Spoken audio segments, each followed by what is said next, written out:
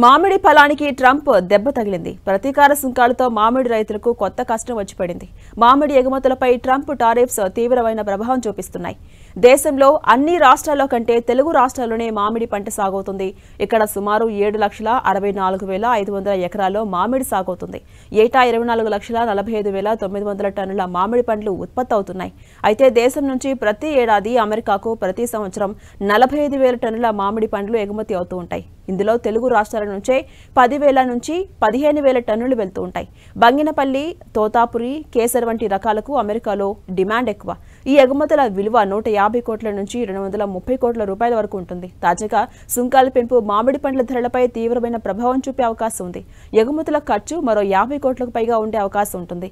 ఇదే జరిగితే అమెరికాలో మామిడి పండ్ల ధరలు మరింత పెరుగుతాయి. దీంతో మన మామిడికి డిమాండ్ తగ్గే అవకాశం ఉంది. గతంలో అమెరికాకు మామిడి ఎగుమతిపై సుంకాలు 0 నుంచి 5% మధ్య ఉండేవి. ఇది వ్యవసాయ ఉత్పత్తులకు అనుకూలమైన వాణిజ్య ఒప్పందాల వల్ల సాధ్యమైంది. తాజాగా ఈ పన్నులకు 26% వరకు పెంచారు. ఈ సుంకాలు ఎగుమతి ధరలను గణనీయంగా పెంచుతుంటాయి. దీనివల్ల అమెరికా ప్రజలకు భారత మామిడి ఖరీదైందిగా మారి ఇతర ప్రాంతాల మామిడితో పోటీ పడలేకపోవచ్చని రైతులు ఆందోళన వ్యక్తం చేస్తున్నారు. ఇక కొత్త టారిఫ్ల వల్ల ఎగుమతి ధరలు పెరిగినా ఈ లాభం రైతులకు చేరే అవకాశం తక్కువగా కనిపిస్తోంది. ఎగుమతిదారులు సుంకాల భారాన్ని రైతులపై వేసే అవకాశం ఉంది. దీనివల్ల రైతులకు గిట్టుబాటు ధర లభించదు అనే ఆందోళన వ్యక్తమవుతోంది. అమెరికా మార్కెట్లో డిమాండ్ తగ్గితే ఎగుమతి పరిణామం కూడా తగ్గుతుంది.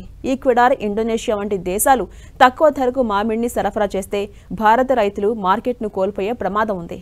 అమెరికా కొత్త సుంకాల వల్ల ఏర్పడే సంక్షోభం నుంచి తమను భారత ప్రభుత్వమే ఆదుకోవాలని మామిడి రైతులు, ఎగుమతిదారులు కోరుతున్నారు. తగిన శిక్షణ రైతులు ఇస్తేనే ఈ సంక్షోభాన్ని ఎదుర్కోగలమని చెబుతున్నారు. అమెరికా మార్కెట్లో పోటీ పడాలంటే కాయల నాణ్యత మెరుగుపరచడంతో పాటు ప్రభుత్వ సహకారం అవసరమని కోరుతున్నారు.